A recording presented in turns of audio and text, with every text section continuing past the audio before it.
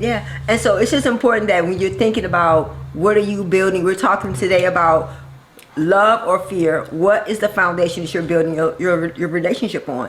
How many of you would want to build your relationship on fear? And sometimes you are doing it unintentionally. Right, and you don't know it. Yeah, you may never be aware that, am I really doing that? And that's why we give you lists and acronyms and all these different things that you can go back and do that self-assessment on, that you can say, hey, is this me, and am I doing this, or how do I actually play into my relationship with when it comes to these obstacles or barriers, or we call them growth areas in our relationship. And one of the things, like in our community, we've had people who've been asking questions and, well, what do you do when the other person, you're doing everything you can do and you're working on everything and the other person is not?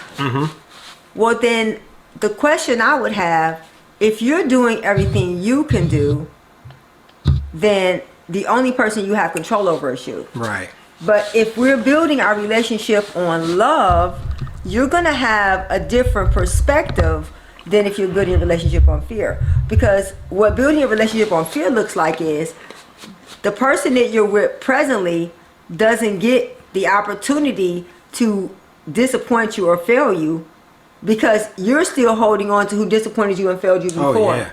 And so when you're building a relationship on fear, it's really about you building everything that happens. So every day, the Bible says his mercies are new every day. And so therefore, each day, Gil gets to experience a new version of me.